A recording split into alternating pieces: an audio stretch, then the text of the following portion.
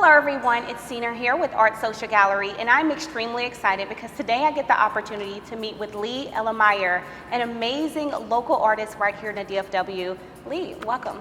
Thank you, great to be here. Awesome. Well, we're surrounded by all of your beautiful pieces, so excited to talk about these.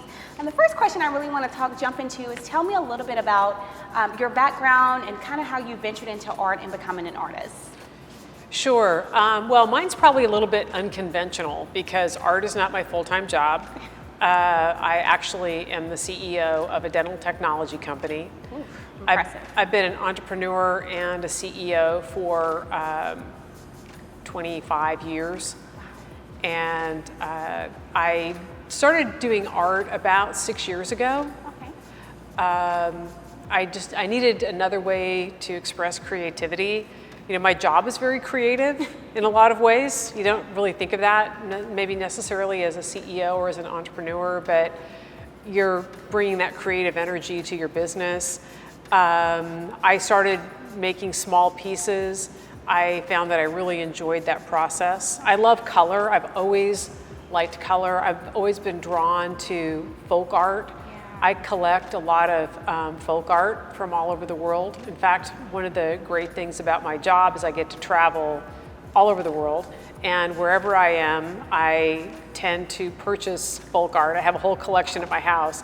And I think that those very, bright, interesting color combinations were intriguing to me. There's something about that that draws me in, and that reflects back into the pieces that I create. Wow, I absolutely love that. So 6 years ago, you started as an artist and you started doing small pieces. Mm-hmm. Did you immediately start selling your art, or were you just kind of... I gave it away. I started making small pieces as gifts for friends. Okay. And then I was posting it on Instagram. Yeah. People would contact me and say, oh, I really like this piece, how much is it? So it took me a minute to kind of think about it as a business, because to me it was really just more of a standing meditation. It was a way to think about something other than my business, but engage that creative part of my brain. Love that. And during the pandemic, I decided, I had a lot of people reaching out. I was making more art because I was home more. Nobody was traveling. And I decided to sell my art in exchange for donations to the North Texas Food Bank. So I asked people, if they said, yeah, I'd like this, I'd say, okay, you need to make a donation to North Texas Food Bank and send me the donation receipt, and then I will send you the art. Wow. That is an amazing way to kind of put your artwork out there. Well, it saved me during that time as well. Right, well, it saved me from having to store it. The food bank needed donations, and people were stuck at home and needed something beautiful in their house. So I think it worked out for everybody. Wow. Yeah, I mean, your pieces are absolutely stunning. Like, I had to have them here in the gallery, so they're beautiful. And you talk a lot about traveling and seeing the different colors in the folk art that you were looking at. Tell me about how you developed your unique style as an artist. It was organic. Yeah. I just started and made a lot of mistakes. I think the one thing that I gave myself that was a tremendous gift was the permission to fail. If I made something and it just didn't work out, I told myself, I'm just going to chuck that. And I tried not to get too emotionally attached to those mistakes. Yeah.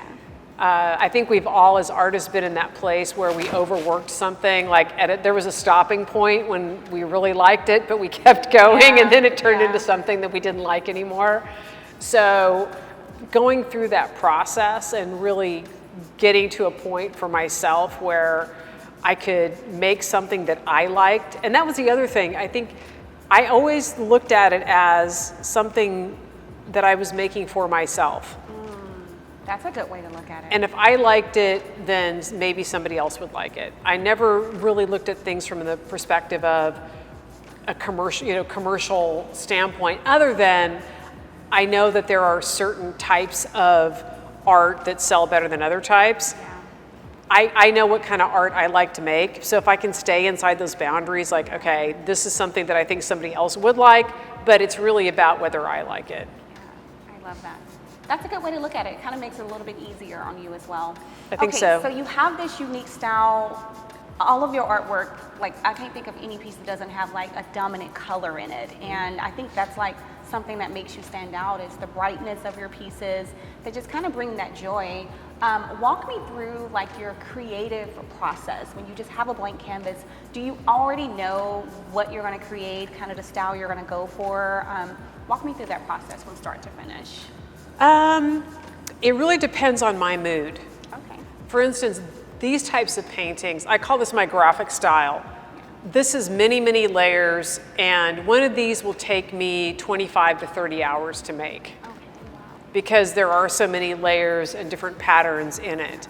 So if I really want to focus, I do one of these. Okay.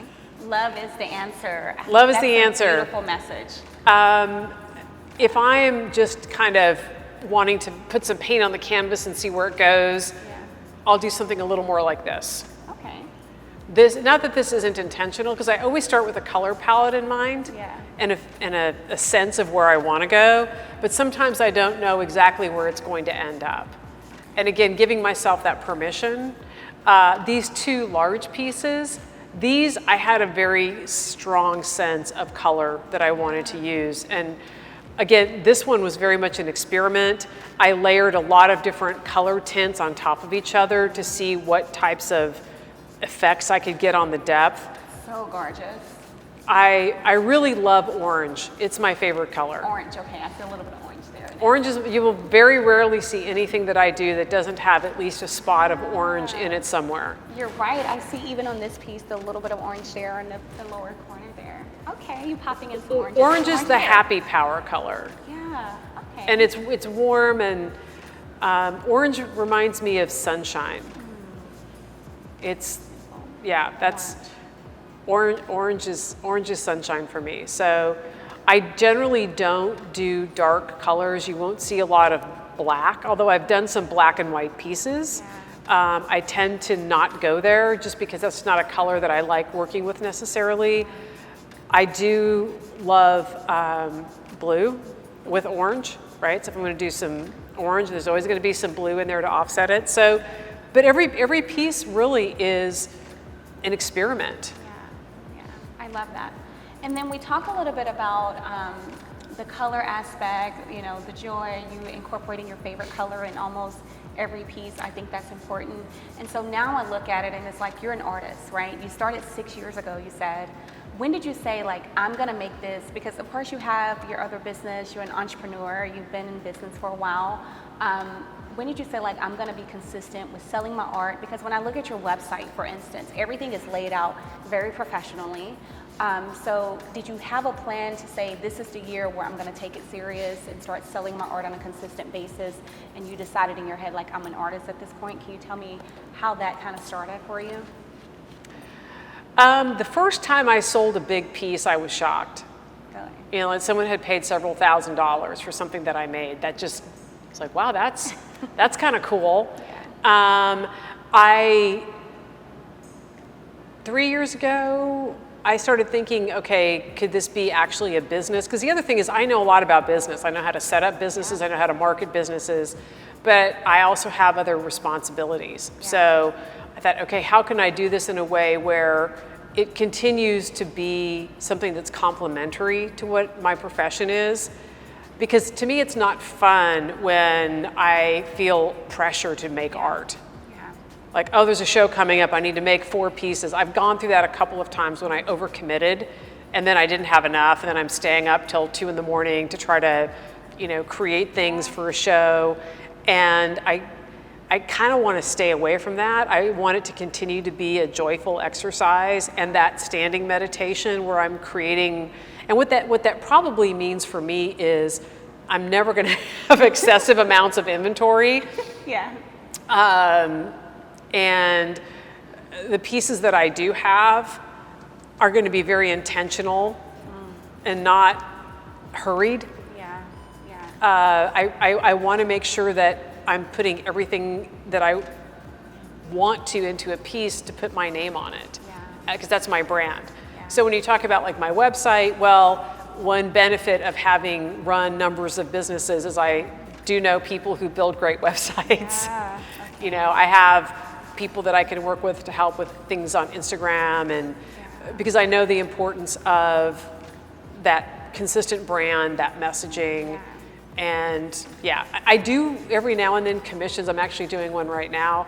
I tend to not do that just because I want to make what I want to make. It's that pressure again of like trying to get it right for the customer. It's the pressure, it's trying to get it right for the customer.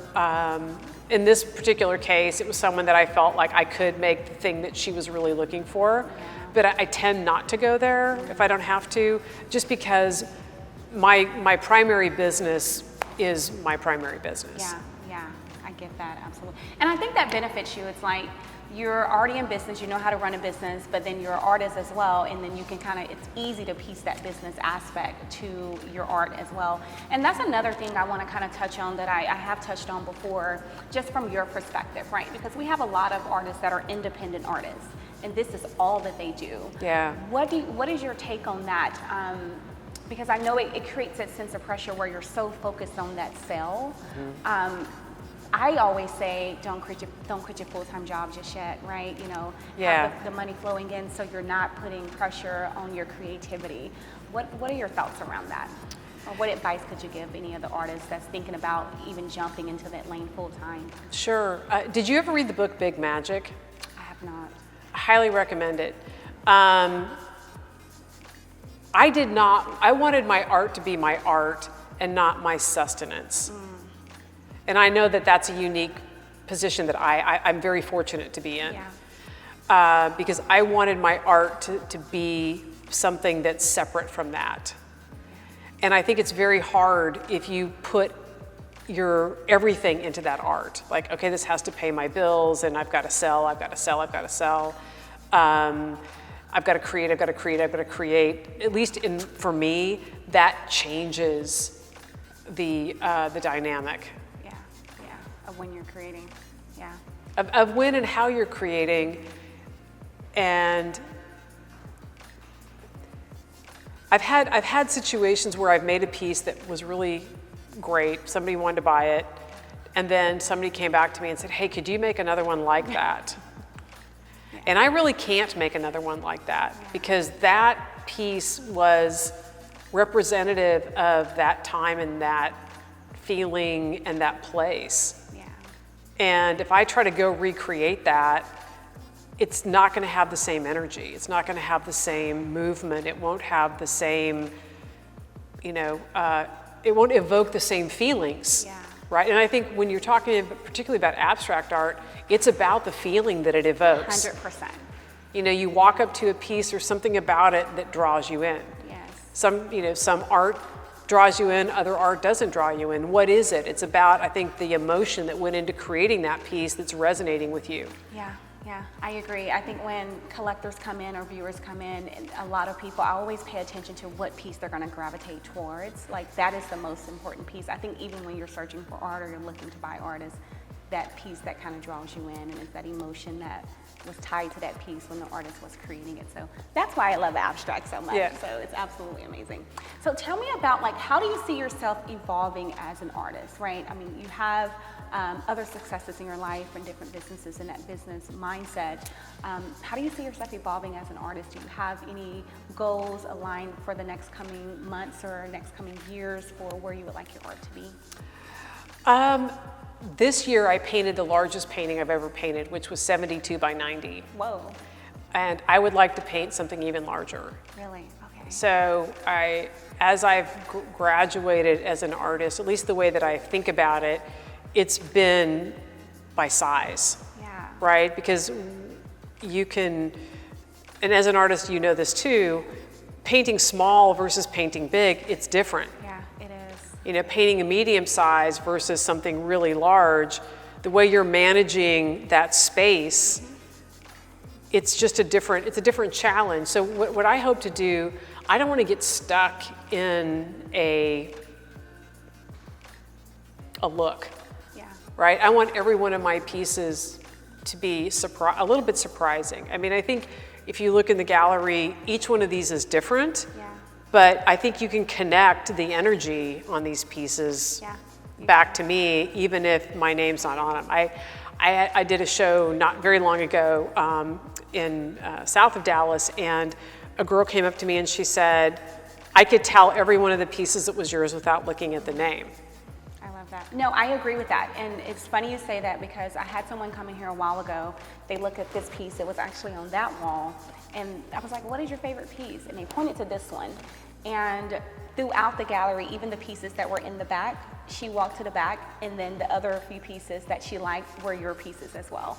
So there's definitely something there with that connection, because in every room that you had a piece, that was the first piece that she went towards. And that's why I say, like, every artist has someone that's going to gravitate to their piece of artwork. So that's amazing. I'm excited to see these larger pieces that's coming in the near future. Yeah, Excited to see that. they're going to take up some wall space. So Yes, I love large pieces. I just think they kind of like draw you in. So I absolutely love those. So talk to me about, jumping into this lane. Have you had any challenges as an artist, or any challenges that you would say have kind of been like a repetitive challenge, or just a challenge that you think most artists have in general? I think staying fresh is important. And if you get into, and I've seen this with other artists who then come and say, okay, I wish I hadn't done that. Like they find a look that really works for them.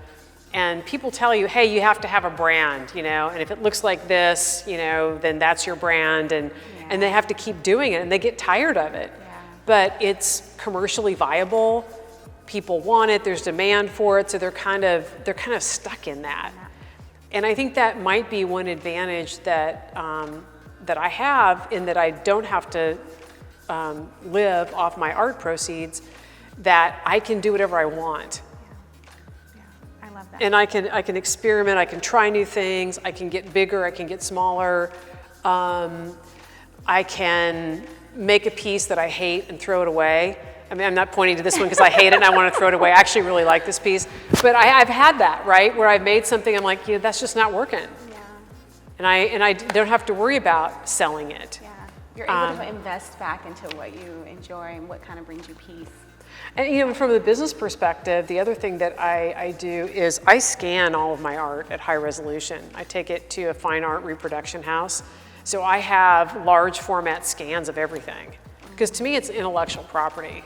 Wow, I love that. And that might be something that you want to reproduce later, or, like this piece in particular, when I first did it, I thought, that would look cool if you reprinted it on acrylic Oh, and backlit it.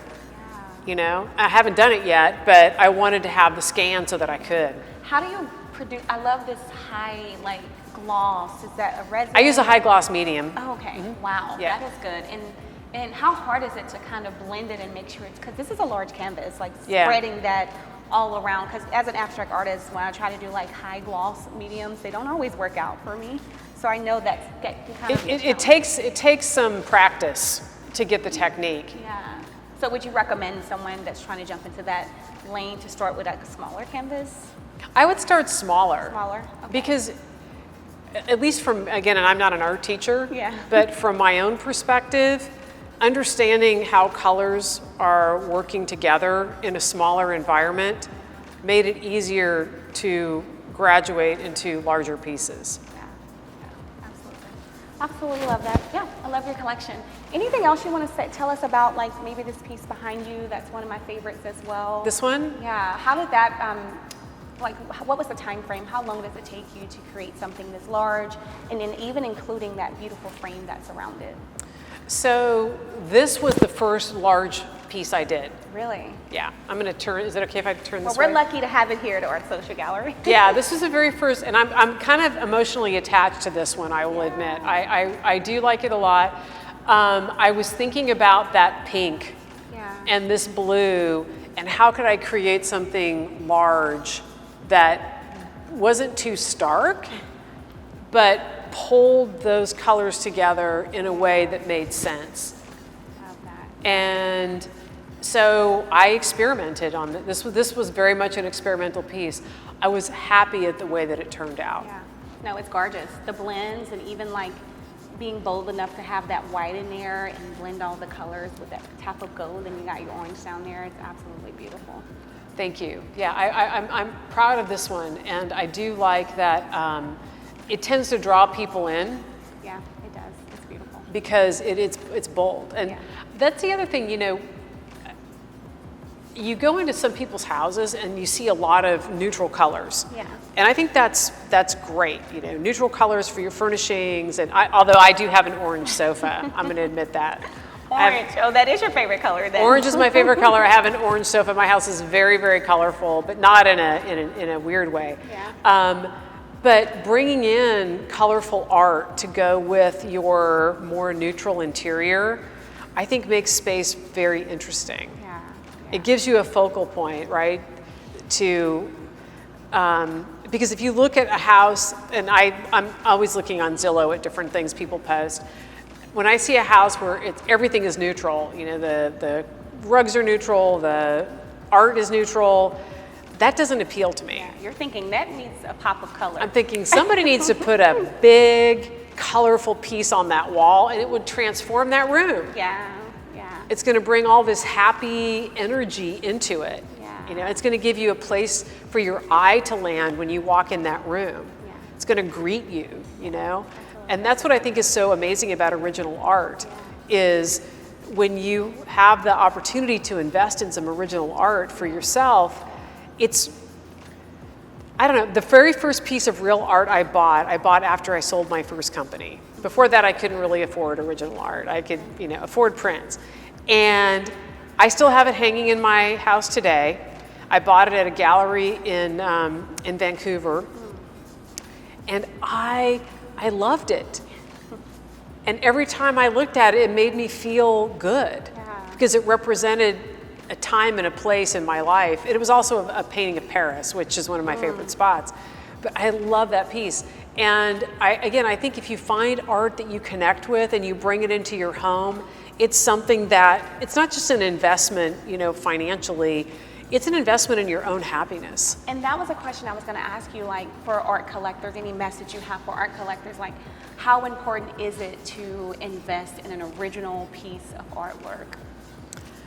I'm a fan. I buy a lot from other artists myself. Yeah, I love that. You know, I'm a collector because I love having original art in my house. Yeah.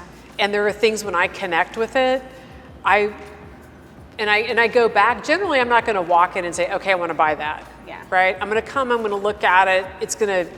If it stays with me, if I go home and 3-4 days later, I'm still thinking about it, then I had a lady contacted me once about a painting that she saw, and she sent me a message on Instagram and she said, this is the third morning in a row I've woken up thinking about that painting. I want to do it. Because there was something about it that connected with her. Yeah. Don't be afraid. Don't be afraid to buy art that's meaningful to you. Yeah, that is important. You know, and it doesn't have to match your sofa. It doesn't have to, because I do believe that if you buy things for your house that mean something to you, you'll figure out a way to, you know, Incorporate it for sure. to incorporate it that, you know, feels organic, feels natural. I love that. I love the passion that you have around original artwork. And I 100% agree with you. When you find that piece that connects with you, and especially if you can't stop thinking about it, that's probably the piece that you need to go and get. I love that. Don't be afraid to make a statement. Yeah. You know, I think it was Napoleon that said, when faced with boldness, be bolder. Yeah, absolutely. Be bold, don't be afraid. And your art is very bold, so that definitely reflects your My personality. art is very bold, and Yeah. you know, I could paint in more neutral colors, but that doesn't resonate with me. I love that, yeah. It speaks to kind of who you are, which is awesome. Anything that you would do different, you know, on your journey coming as an artist? Is there anything that you would change or do different? If I had to give advice to myself back then, when I started this, I did not intend to be here. Yeah. I was just looking for an outlet. Actually, I'm going to confess, it was a therapist that I was talking to, and she said, look, I want you to leave here and go to the art store and buy a canvas and some paints. I want you to paint something for me and show it to me. And I'm like, I haven't painted since like finger painting in the 3rd grade. But I was willing to do it. And what she was trying to get to was for me to put a visual behind some of the feelings that I was having at the time. And what I realized is that I enjoyed the process. Yeah. I enjoyed the process of selecting the colors and placing them on the canvas and thinking about where everything was going and how it was working. And so I went back to the art store and bought some smaller canvases, excuse me, and started painting those and giving them as gifts to friends. Yeah, I love that. And that's what I love about abstract art. It's so therapeutic. Art in general is therapeutic, which is why, you know, at Art Social, we have these events where people can come in and release. And your therapist did a great thing because now look at this. So thank you to the therapist. I love that. Anything else that you want to share with the world about Lee and your art, or any advice you want to go and get out there? Actually, I would thank everybody who's ever bought a piece of art from me, because making those sales gave me confidence to go bigger and bolder. And not only do I appreciate the support, I appreciate the fact that they connected with my art, that I created something that connected with them. And so I would just say thank you. And I would tell anybody who's thinking about making art a business to really think about what your goals are from the beginning and understand what does an art business really look like. Yeah. It's not the easy business to go into. It is not the easy business. And the other thing is you're selling a piece of yourself. I'm like, that is a part of me. It's connected to you. Yeah. It's connected to me. Yeah. And when someone wants to negotiate with you on a piece of yourself, that's hard. So find people who can work with you and sell your art for you. Yeah. Yeah. And come at it from a different perspective. Yeah. The more people that see your art, the better. Yeah. Right? Even if they can't afford to buy it, at least they're going to come and enjoy it. Yeah. You know, and I think that's the other thing. Don't be afraid to walk into an art gallery. I mean, even back in the days when I could never afford original art, I always wanted to walk into art galleries because I wanted to see what other people were creating. I found it inspirational. It's very inspiring when you can walk into a gallery and see what people are creating, and you're like, man, that's something that I could do.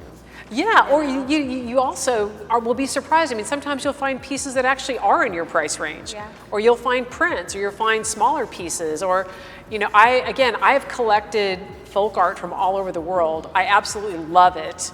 And I just encourage people to don't be afraid. Put your toe in the water. Step in that door. See what's in there. It's not going to bite you. You're not under any obligation. Yeah. And you might leave feeling inspired. Yeah, you might just leave and still have that one piece on your mind that you can't stop thinking of. So that's right. Well, thank you so much. So if people out there want to see more of your beautiful, bold, colorful pieces, tell us how we can find you. What's your social media website, all of that? Sure. You can go to leaellermeier.com, and it's LeaEllermeier.com, and also at Lea Ellermeier on Instagram. Awesome. Thank you so much. Thank you. And we have the pleasure of having Lee's pieces here available at Art Social Gallery located in Plano, Texas. So if you see one of these beautiful pieces that you're interested in, please feel free to stop by our beautiful gallery. And again, if you are not following us yet, make sure to follow us on all of our social media outlets. We just created a brand new YouTube channel, Art Social Gallery, and then our Instagram is artsocial_gallery. So we look forward to seeing you for further episodes.